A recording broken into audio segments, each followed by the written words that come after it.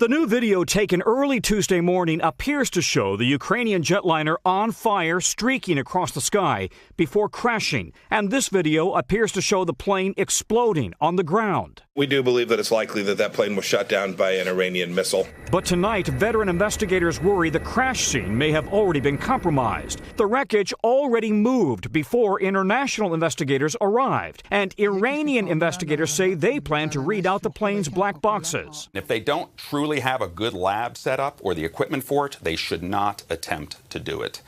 And I fear that they might.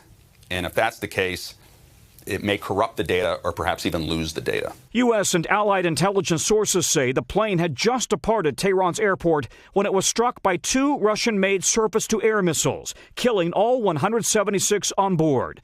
A tragic mistake, as Iran feared a potential U.S. airstrike that never came. Iran, though, says that's CIA propaganda, and it will announce the real cause tomorrow, just 4 days after the crash. We are in fact, confident from our side that there has been no missile launched in that area at that time. Iran has invited the NTSB and Boeing to send its own investigators. Today, the Trump administration said it would issue waivers to allow the U.S. teams to travel. Ukrainian investigators are already on the scene. We're analyzing the chemical residues on the body of the plane. We will come to our conclusions. We don't want to come to them right now. The alleged shoot-down further isolating Iran. This image from Flight Radar 24 shows the airspace over Iran clearing out, with international airlines now suspending service to Tehran.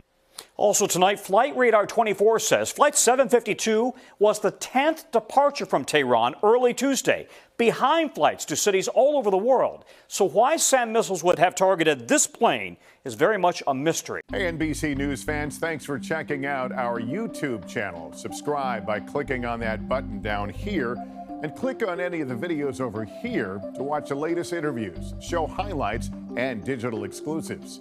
Thanks for watching.